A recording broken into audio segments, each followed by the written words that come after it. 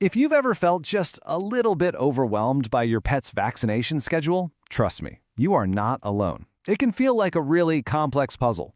But what if there was a single global playbook written by the world's top vets to help make sense of it all?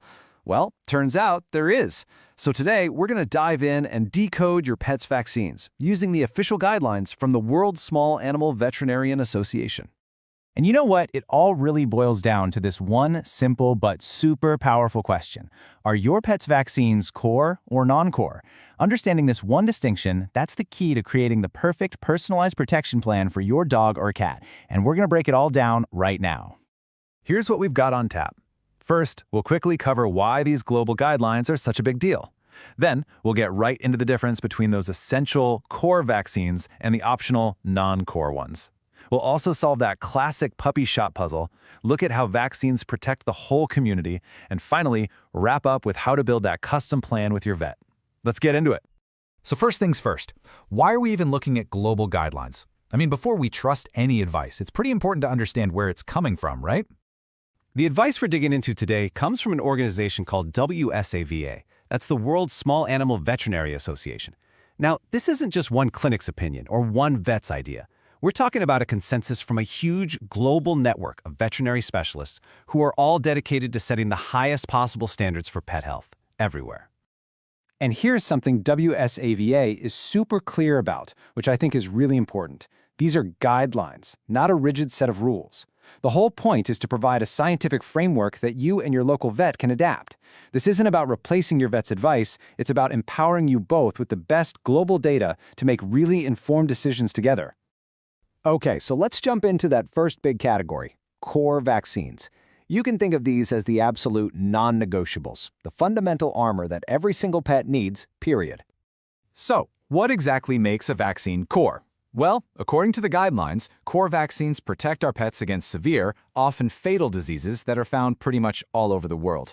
These are the biggest and baddest threats out there, which is why every dog and every cat should get them, no matter what their lifestyle is or where they live.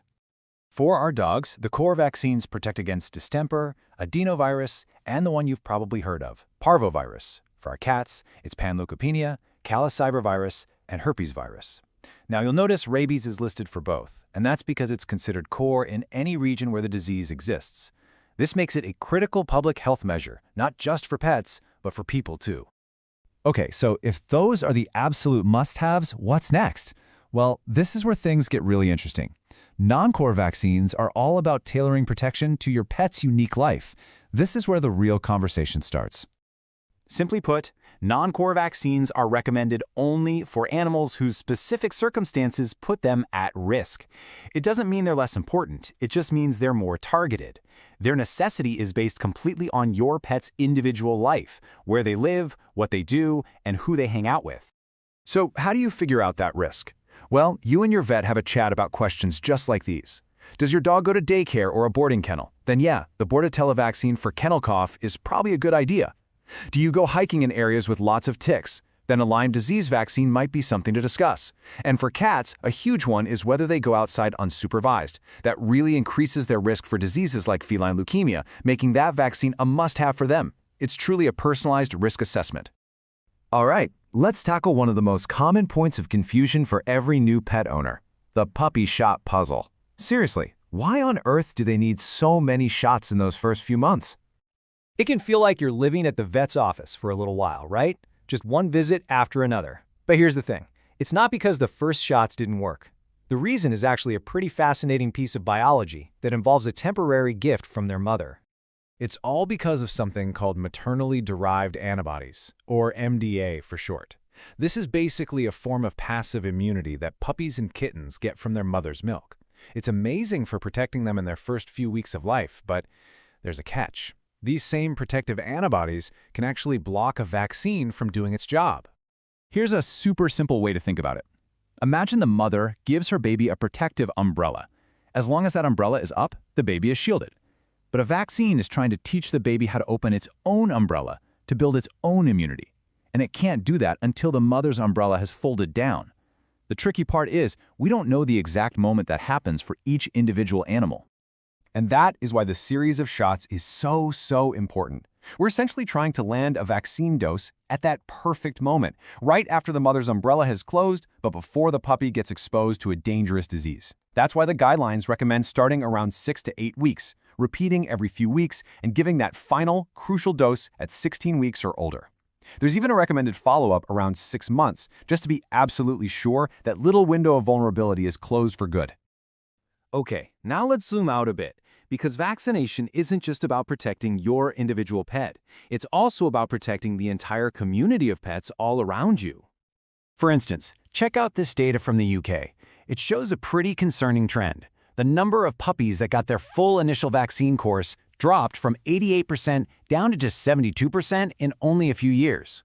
When vaccination rates fall like this, the risk of a widespread disease outbreak goes up for everyone, even for pets that are vaccinated. This brings us to a really important concept called herd immunity. When a high percentage of the population is vaccinated, it becomes much, much harder for a disease to spread. This protects the most vulnerable among them, the very young, the very old, and those who can't be vaccinated for medical reasons. Widespread vaccination essentially creates a protective firewall for the whole community. So, how do we pull all of this together? In this last section, let's bring all this knowledge back to what matters most: your pet and their unique needs. I think one of the biggest takeaways from the WSAVA guidelines is this. We need to reframe how we think about the annual vet visit. It's not just an annual shots appointment, it's an annual health check. The vaccination is just one part of a proactive wellness plan. It's a chance to talk about nutrition, behavior, parasite control, the whole shebang. It's about a partnership, not just a procedure. And this really is the central message. There is no single one-size-fits-all vaccination schedule that works for every pet. The absolute best approach is a dynamic, personalized plan that you and your veterinarian build together, based on your pet's age, lifestyle, health, and all the principles we've talked about today. So I'll leave you with this to think about. Now that you understand the difference between core and non-core vaccines and the importance of a personalized approach, what does your pet's ideal vaccine plan look like? It's the perfect conversation to have at their next annual health check. Thanks so much for joining me.